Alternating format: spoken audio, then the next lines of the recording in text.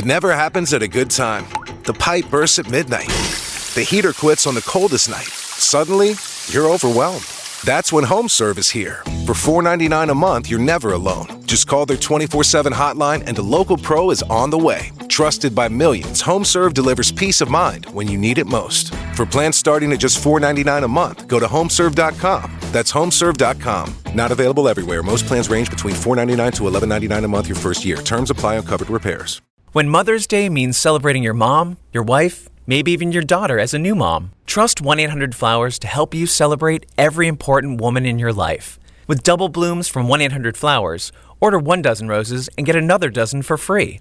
It's a simple way to give beautifully, with colorful blooms that make Mother's Day feel meaningful. For every mom you're celebrating, order with confidence and get double blooms at 1-800-Flowers.com/podcast. That's 1-800-Flowers.com/podcast.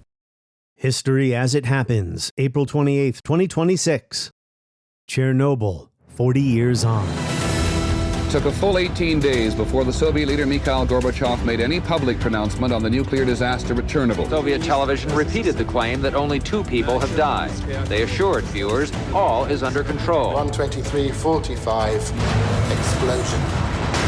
The first word that something was seriously wrong came from this power plant in eastern Sweden, where workers coming on the job registered abnormally high levels of radiation on their... 40 years ago, this was the most dangerous place on Earth, the Chernobyl exclusion zone. April 1986, the largest ever accidental release of nuclear radiation scarred Ukraine, contaminating the Earth and exposing the rot in the Soviet system. It changed the course of history.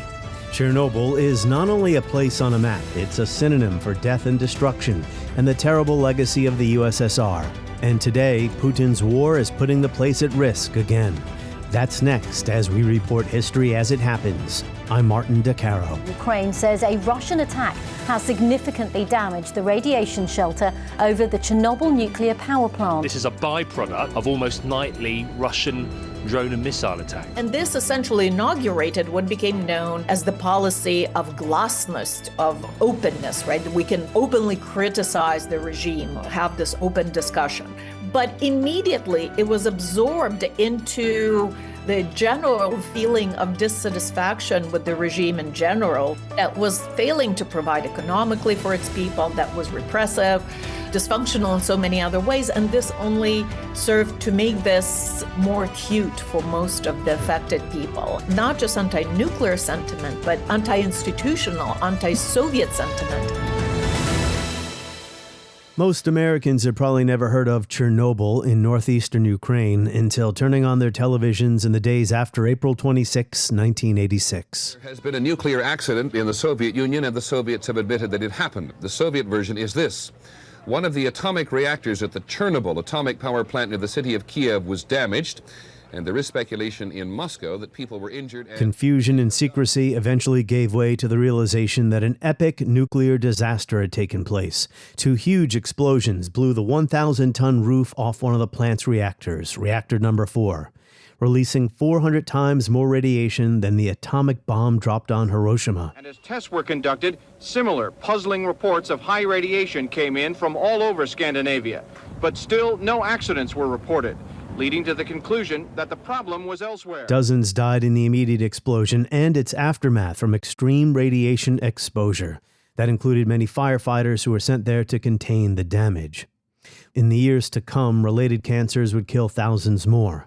No one is sure exactly how many. Gorbachev said it's important to remember a nuclear war would be far more devastating than what happened at Chernobyl, and he announced new action to underline his concern.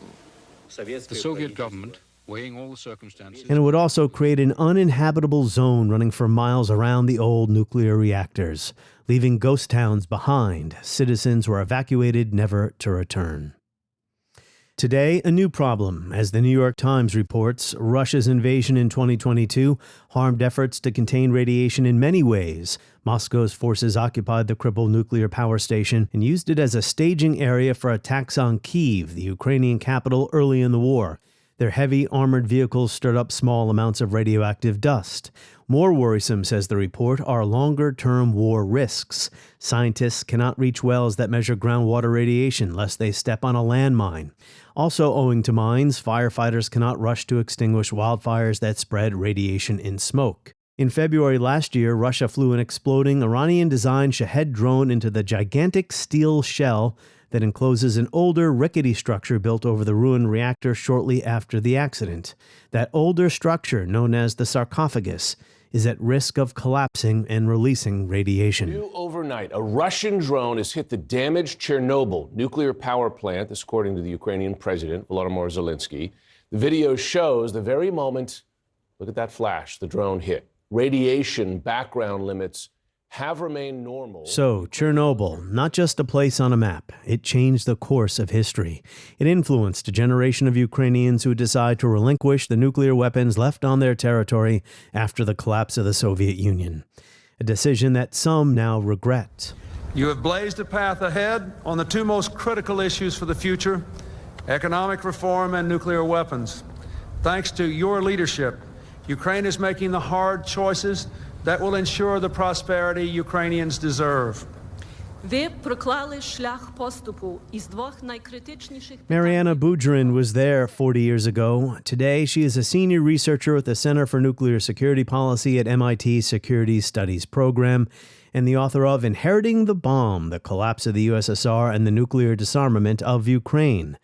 We discussed her book on the podcast when it was published in 2023. Hello again, Mariana Budjeryn. Thank you so much for having me. Where were you, Mariana, in April 1986? I was a schoolgirl back then in Western Ukraine in the city of Lviv. In third or fourth grade, we had school on Saturdays back then. It was a short day. And I was making my way to school on April 26th. Unbeknownst to any of us, the reactor number 4 had blown up at 1:30 or 1:23 a.m. that very morning. None of us were informed about this, not even people in Kiev.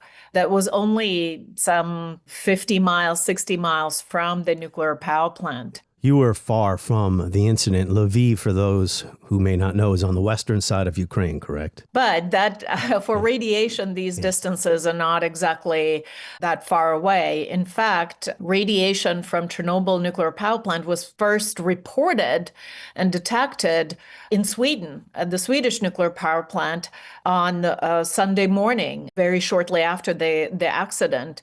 And because of the northwesterly winds, much of the radiation blew over northern Europe, as far afield as Britain and Ireland. How was it possible that, this didn't instantaneously become international news? Well, radiation was detected. It was reported to the IAEA because at the time, the Director General of the International Atomic Energy Agency was Hans Blix. He was a Swede himself, and he got a call on that same day from his colleagues back in Sweden saying, we're detecting really high radiation levels, but we don't know what happened. But none of the states that were members of the IAEA, of course, the Soviet Union was a member state, a founding member, had reported any accidents. So, how do you trace the source of this radiation to where? In the Soviet Union, the information space was really tightly controlled by the system. Yeah. I mean, all of the media was state-owned media. Immediately, there was kind of the regime of secrecy. This was this muscle memory, right? It was this instinct of the system to hush things down, right? All the workers that were at the plant at the time had to sign confidentiality statements. Special delegation, likely KGB folks, arrived from Moscow right away, packaged all of the documents from the nuclear power plant into bags and took them to Moscow. So not even the remaining operators could, with full confidence, reconstruct what happened. Oh my gosh. There was still another 3 reactors of the same type. They were shut down, emergency shut down after the accident on the reactor number 4. Yeah. But yet, you still have to establish what exactly had happened. And the operators of the plant had no access to the information. The civilians were not informed. So, May 1st, as it was the Soviet Labor Day, it was the time of great big mass demonstrations that were orchestrated. Children, adults were marching with all these Soviet flags and praises to the Soviet working class and all of that. All of that still went ahead. Yes. So people were exposed with the authorities in Moscow knowing full well what had happened. People were exposed to these high doses of radiation, where the instruction should have been stay indoors, do not go outside, take these precautions, and so forth. Yeah, I was about to say, this was the equivalent of a nuclear bomb falling on Chernobyl. I want to talk about what actually happened there, but I want to ask you about your own family's experiences or just your own family's attitudes towards the system, because, yes, I asked you, how was this not instantaneous news even in 1986? Well, the government tried to cover it up, and had it just been like a factory explosion, it would have worked. The problem here was radiation spreading all over the European continent. An accident is followed by a crime. You were a schoolgirl in 1986. I was a schoolboy. I remember hearing about Chernobyl for the first time around here, and I probably didn't know where Chernobyl was. It was somewhere in that bad place we called the Soviet Union. But I do remember seeing Gorbachev's photo in those days, remembering the birthmark on his head, and just Chernobyl became synonymous with this historic incident rather than the name of a place that no one really had thought of prior. What did your family think of the Soviet system? Well, Western Ukraine was always somewhat unique and different than other parts of Soviet Ukraine and possibly the Soviet Union more broadly. Where I'm from, the city of Lviv and the surrounding region was annexed to the Soviet Union only in 1939 as a result of the German-Soviet Pact of Non-Aggression, where, the two states invaded and divided Poland from the part of Ukraine that used to be part of interwar Poland. And of course, the Soviet Union had less of a time to work and repress and disseminate and Russify this part of Ukraine. So the national consciousness, as it were, and the memories, the lived memory was still very much alive in Western Ukraine. And it would become the hotbed of the pro-independence movement in the late 1980s. And this is also to say that Chernobyl, as you correctly mentioned, was just too big to hide. The initial instinct, the initial move of the system was to cover up, but it was impossible, right? And there were plenty of accidents, including radiological events in the Soviet Union that have been covered up. Major spills, major radiation releases that were too far inland, right? Somewhere in Siberia, that they weren't detected outside, and local people suffered. There was still no acknowledgement that it was even happening. Yeah. This was not so with Chernobyl. And this new leader, whom you mentioned, Mikhail Gorbachev, who was reform-minded, or at least that's how he presented himself, his initial instinct, too, was to cover up. Yes. When it turned out that it's impossible, international community was aware that there was a radiological release and became very clear that it was somewhere in the Soviet Union. He did eventually come out. It wasn't until, the first week of May, I think, when he made a very brief statement, but statement nevertheless, that there was, this tragedy that happened in the Soviet Union and we're dealing with the consequences. The Soviet leader's first public comment on Chernobyl led off the nationally broadcast evening news. Добрый вечер, товарищи. We were recently stricken by a disaster, the Chernobyl nuclear power accident. It deeply affected the Soviet people and disturbed world opinion. The accident, he told his countrymen, has now claimed 9 lives and injured 299 others. He tried to explain what went wrong. The power of the reactor suddenly increased.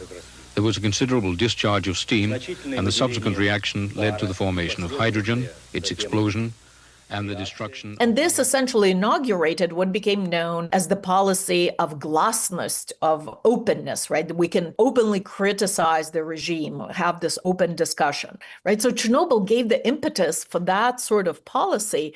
But immediately it was absorbed into the general feeling of dissatisfaction with the regime in general. Sure.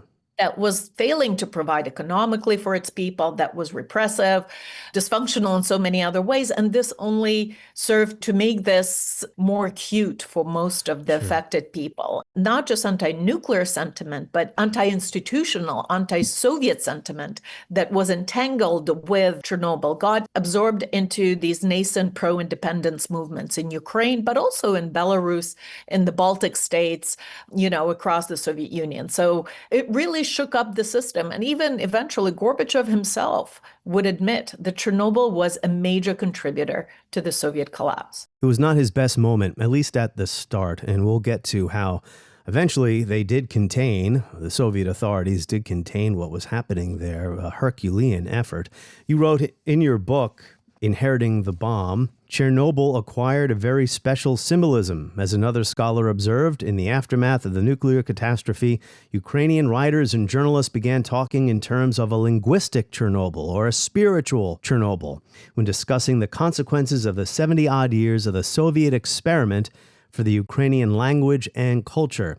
Chernobyl served to mobilize large masses of people against the system. You go on to write about Oles Hanchar, if I'm pronouncing his name correctly. 71-year-old writer at the time, was by far the most prominent living figure in Ukrainian literature. You say that he opened the Congress, I guess this was a Congress in 1989, the founding Congress of the RUK, which was a pro-independence party, right? Correct. He opened it with an eloquent address in which the message of support for Ukraine's national rebirth intermingled with a language of tolerance and inclusive humanistic values. He could not have failed to mention Chernobyl, quote, bureaucratic centralization, departmental arbitrariness, technical unpreparedness, dehumanization of science, dearth of free speech, the absence of real sovereignty of the republic. Are these not the explanations for Chernobyl? It's quite a profound statement by him. But when did you and your family finally realize the magnitude of what happened? Well, I can't quite recall, right? I was still quite young, and I think I was mostly preoccupied with other things in my life. But I think already as an early teen, Chernobyl became a notion, as you say. It wasn't just a geographical location. It was an event. It was a concept that acquired meaning not only as a humanitarian and ecological catastrophe, right? We did hear, as school children later on in high school of the Chernobyl children, kids who have suffered from radiation. A lot of them had thyroid cancer, right? Because the radioactive iodine isotope gets absorbed into your thyroid, and especially in a growing, developing child. We heard about liquidators. That was the name for, workers of various kinds, construction workers, firefighters, people who got drawn from, not just from Ukraine, but from all parts of the Soviet Union to try and remediate or mitigate and remediate and clean up the location itself, right? We heard about the exclusion zone, the 30-kilometer exclusion zone around the nuclear power plant, where people were resettled from. So as a result, you'd later learn already as a scholar of these things that some 200 towns and villages disappeared off the map in Ukraine alone because of the resettlements. Wow. And those are still empty. I mean, there's nobody living there, right? Animals and tourists, but people can't live there, right? I actually got to go to Chernobyl for the first time last October 2025. I dare say it's a magical place. There's a bit of dark magic to it, but it's also very beautiful, right? The nature has reclaimed it. But in the town of Chernobyl itself, there is an alley of lost towns, the names of towns up on posts with a red line across the name of the town or village. And these posts are sort of arranged on both sides along this alley. And you keep walking and there's these names and names and names of towns with a red slash across them. It's a moving and a terribly sad experience. They're not just towns, they're somebody's homes, right? Mm-hmm. So about 400,000 people in Ukraine and Belarus and parts of Western Russia, too, were resettled as a result of Chernobyl. You alluded to how an army of firefighters and specialists had to be sent there. They built a sarcophagus over one of the melted down reactors. And I watched the HBO series Chernobyl a couple years ago. I thought it was pretty good. What just happened? I don't know. There's a fire in the turbine hall. The turbine hall. The control system tank, hydrogen.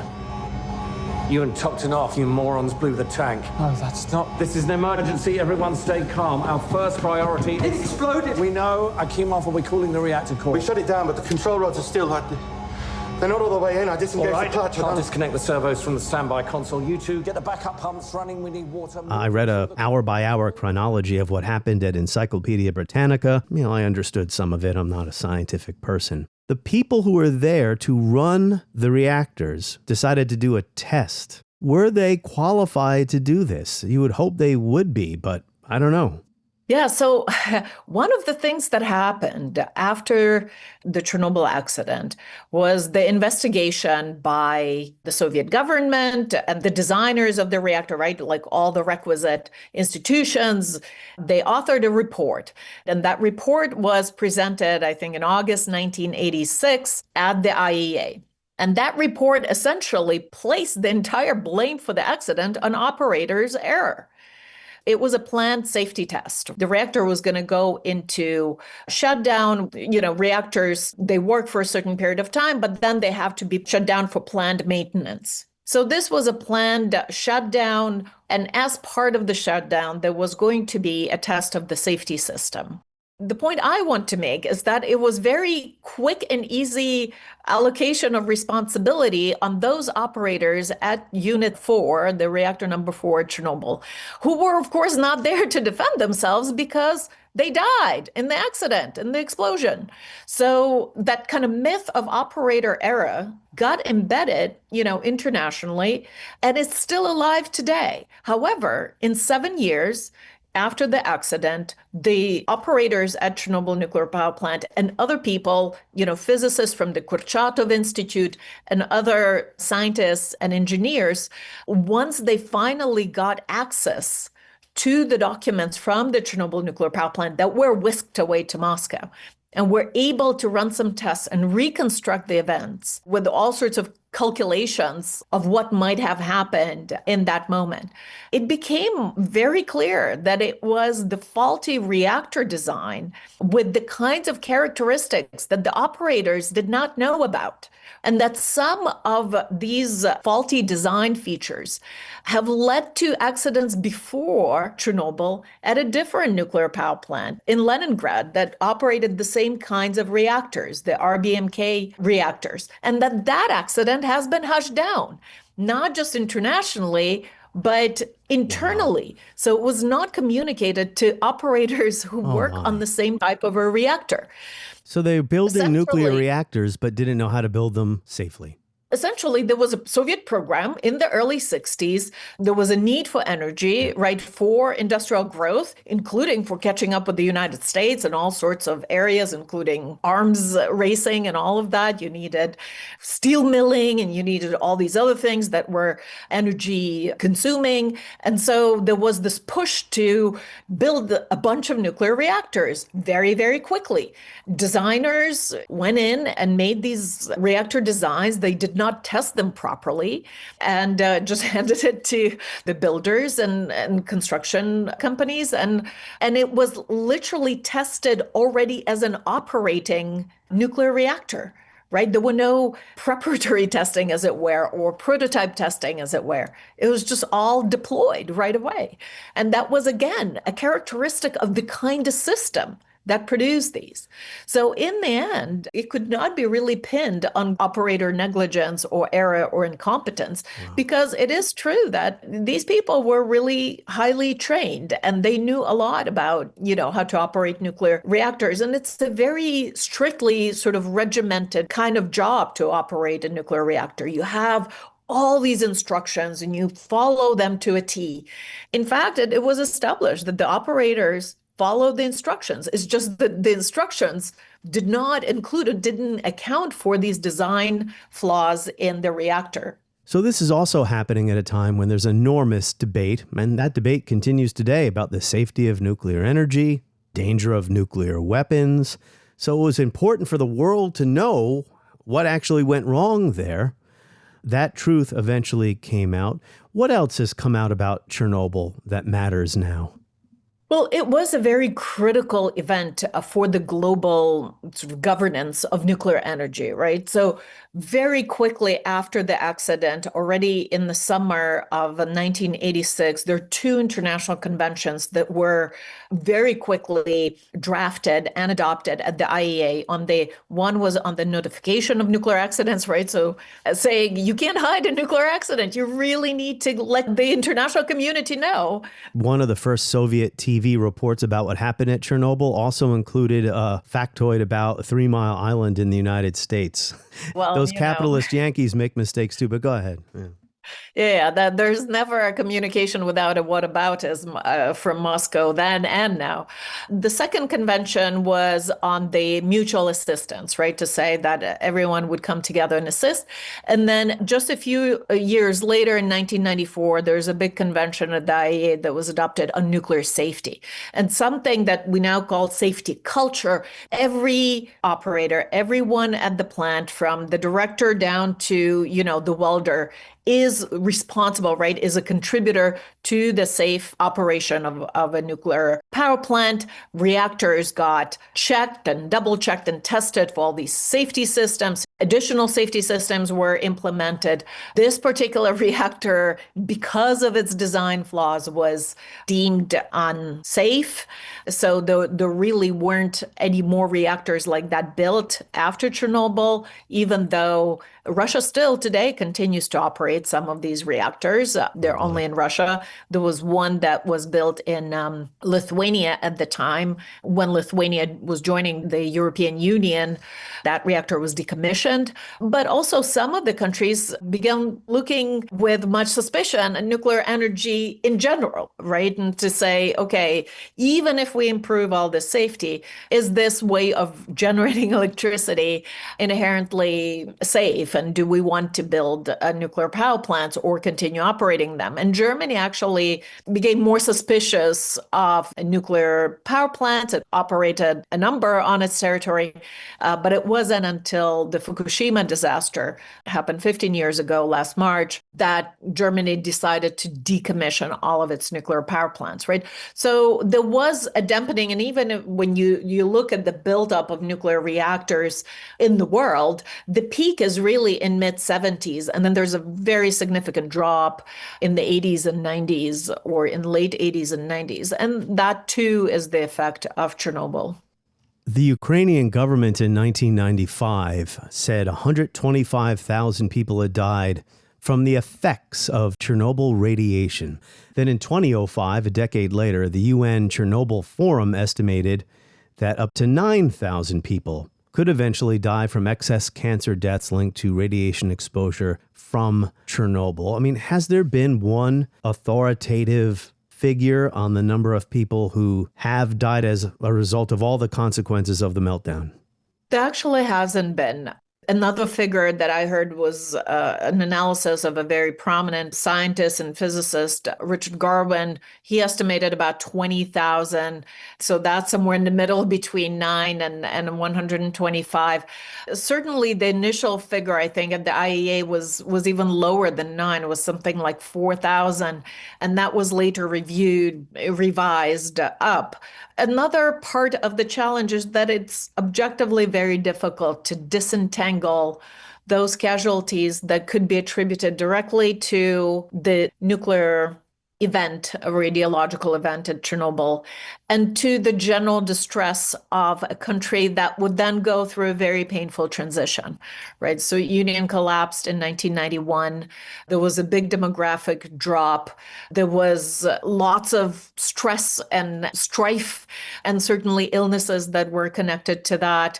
One thing that is often overlooked is the pandemic of abortions that spread not just across the Soviet Union, but also in Eastern Europe and Germany. So all these unborn babies that were aborted because their parents were afraid that they would have been affected by radiation, would be born with birth defects.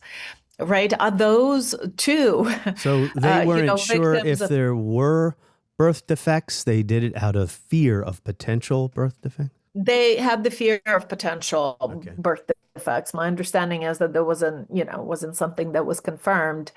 People didn't want to risk it. So these are very difficult ethical and otherwise things to think about. Now, radiation is horrendous. Everything I've read about it in the study of war, Hiroshima, Nagasaki, it's frightening, which explains why people are so hesitant. It's this invisible enemy, right? Yes. So you can't smell it, you can't touch it, you don't know. It's cumulative. You don't know how much exposure you have unless you have the dosimeter or some equipment with you that could tell you that. It's a very frightening enemy to face because you don't know what you're facing. It's now clear that the Soviet Union has suffered one of the worst disasters in the history of nuclear power. Massive quantities of radiation have apparently been released in an accident at the Chernobyl power station in the Ukraine. Many thousands of people live in the vicinity. Moscow admits there have been casualties, and signs are that a big relief operation is underway. In an unprecedented step, the Kremlin acknowledged there'd been an accident, but only after Scandinavian scientists had picked up high radiation levels. A statement from the Soviet Council of Ministers was read on television, a sign of the degree of Moscow's concern. The conversation continues. Tap subscribe now in the show notes to skip ads.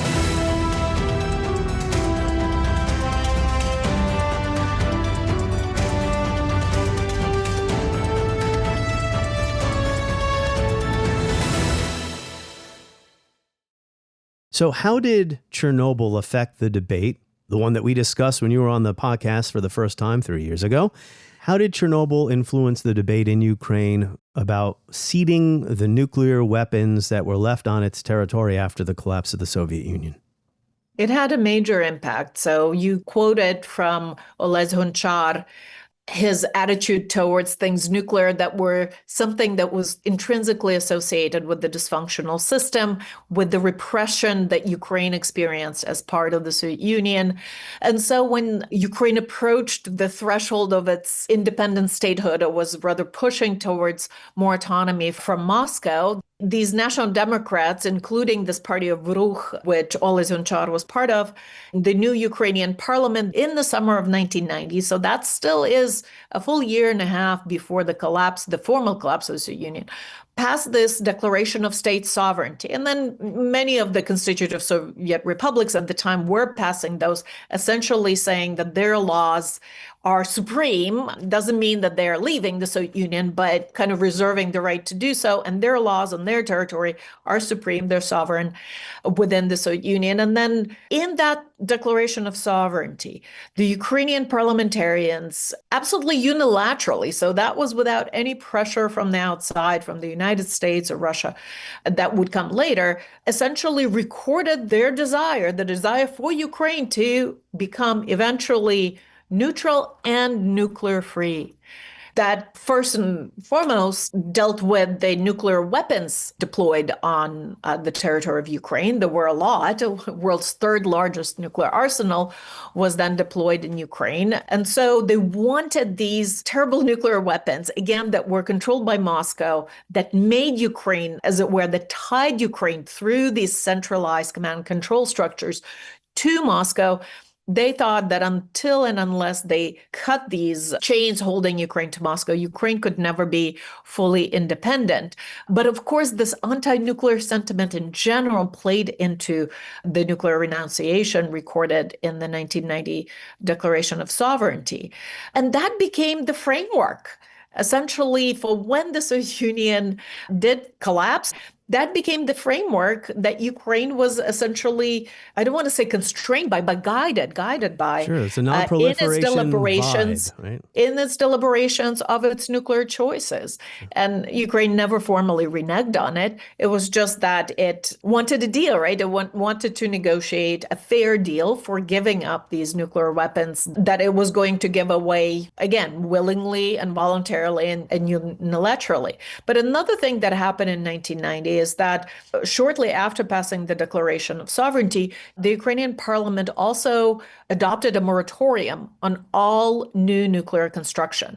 So that essentially meant that 3 nuclear reactors that were under construction then were mothballed. And that, again, is a reflection of the general attitude of the representatives of the Ukrainian people at the time towards not only nuclear weapons, but also nuclear energy, or rather first nuclear energy and as a derivative, nuclear weapons on Ukraine's territory. That moratorium would then be lifted in 1995, and these reactors would be finished and put online later on. But this issue of nuclear energy and nuclear weapons is somehow very interwoven in the Ukrainian history. And it still is today, essentially, basically. Yeah, at the time, there was a non-proliferation imperative. There was more international comity in the early 1990s when Russia was seeking better relations with the United States under Boris Yeltsin. So the idea of not pursuing nuclear weapons, well, as you say, I mean, this was an international, I don't want to call it a vibe, but you know what I mean. It was. Yeah. I mean, I think you're absolutely right. I call it zeitgeist, right? Yes, the zeitgeist. So kind of the spirit of the time was decidedly anti-proliferation, anti-nuclear. In fact, even the 2 superpowers were radically reducing the number of nuclear weapons. Now in 1991, South Africa, that had an indigenous nuclear program, dismantled it and joined the Treaty on the Non-Proliferation of Nuclear Weapons. The Cold War was over, and there was this hope and this sentiment that, would cooperate and integrate Russia into European security structures, and to stake your security on nuclear weapons and on nuclear deterrence seemed really quite old-fashioned and outmoded. The United States and Russia were disarming. At their height, the Soviet Union, the height of its arsenal, was something like 40 to 45,000 nuclear warheads. Russia has about 6,500 or so today. Same for the United States. That's still more than enough to blow up the Earth many times over. But just think of that, 40,000 to around 6,000. Unlike treaties in the past, it didn't simply codify the status quo or a new arms buildup. It didn't simply talk of controlling an arms race. For the first time in history, the language of arms control was replaced by arms reduction. Well, we're going in the opposite direction now, which sets up my next question. Many experts say there's already a nuclear arms race underway. China is expanding its arsenal. All the Cold War era arms control and disarmament treaties have expired or been abrogated. Do Ukrainians today, talking about political leaders or even just ordinary citizens, regret not having nukes? And are you worried, Mariana, given everything that's happened in recent years, that more countries might see nuclear weapons as the key to deterrence to avoid being attacked? It is certainly true that nuclear weapons play a lot more of a salient role in international politics today than they did when Ukraine made its decision to disarm, right? That zeitgeist is over. It's reversed. As you said, China is building up. France will be adding more nuclear weapons to its arsenal. Britain too. The United States, we haven't heard yet. It has a potential to quickly sort of upload its ICBMs, intercontinental ballistic missiles, from 1 to 4. That decision hasn't been made, but it could be. And, certainly Russia has a lot of non-deployed weapons that it could quickly pull out from storage facilities and redeploy. So there's a lot of potential for a nuclear arms race in a big way. And as you said, it's already afoot because of China primarily. Sure. I guess the big concern is countries that don't have nukes now going for it. South Korea, Japan, I'm not saying they will, but there's talk. Poland has talked about it, right? And, you asked about Ukraine, whether there is regret. There is a lot of regret. There's a lot of regret and a lot of revisionist history about what had happened. There's a lot of bitterness. And part of it is because when the commitments made to Ukraine, the security commitments under the Budapest Memorandum, which was part of the deal negotiated by Ukraine in 1994, as part of this kind of disarmament settlement and package, Budapest Memorandum and security commitments under it were violated by Russia, one of the signatories, but sort of other signatories, the United States and the United Kingdom, didn't exactly react in the way that would demonstrate to the world that, these commitments made to a country in exchange for its nuclear disarmament were really that important. Well, it wasn't a defensive treaty. It was just assurances written on a piece of paper. Indeed. Yes. So there was that original sin, but also, international commitments are inherently difficult to enforce, even if they're legal. Even if you put all the right words on the paper, it is still a piece of paper without any high authority to enforce it.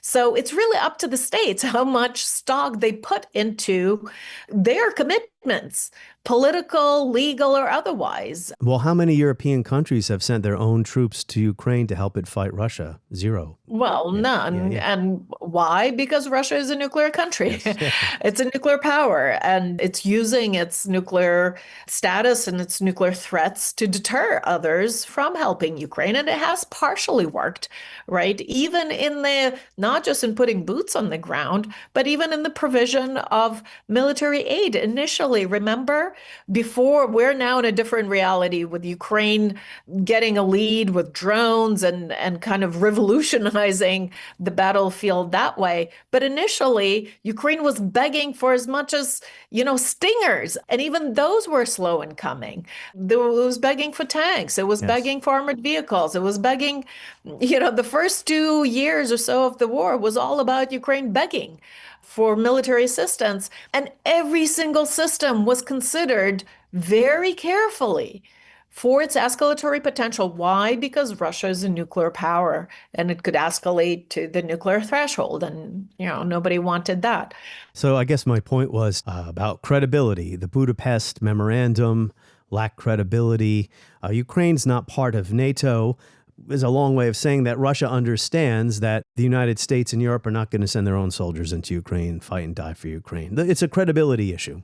It's very evident that nuclear weapons play a major role. Current nuclear possession plays a major role in these decisions. And so for the outside world, for those who might harbor nuclear ambitions, the optics of the Ukraine case is really unfortunate, right? So there you had a country that had a nuclear option, right? And again, there's a lot of buts. I don't want, there's a whole book written on it. I'm not going to go into, I'm not saying Ukraine had the world's third largest nuclear arsenal that it could use in that moment, but it certainly had an option to develop its inheritance into nuclear deterrent. I mean, technologically and otherwise. It chose not to. And then fast forward 20 years, the settlement that left Ukraine in a security vacuum became an invitation for an aggressor. And then because the other signatories did so little in 2014, that became a permissive factor for 2022, when Russia dared to stage a full-scale invasion, banking, based on its past experience, right? It was not crazy, it was not irrational, that other states will not react. The other signatories of the Budapest Memorandum will take a circumspect view of their commitments under that document. The value of nuclear weapons has risen in this world. And then the international security environment has deteriorated. And so there is quite a risk that the states that find themselves in this kind of similar security predicament as Ukraine might look to nuclear weapons. And thanks to your vision and that of Ukrainian parliament, you are removing the threat of nuclear weapons and laying the groundwork for an era of peace with your neighbors. I salute the courage you have shown.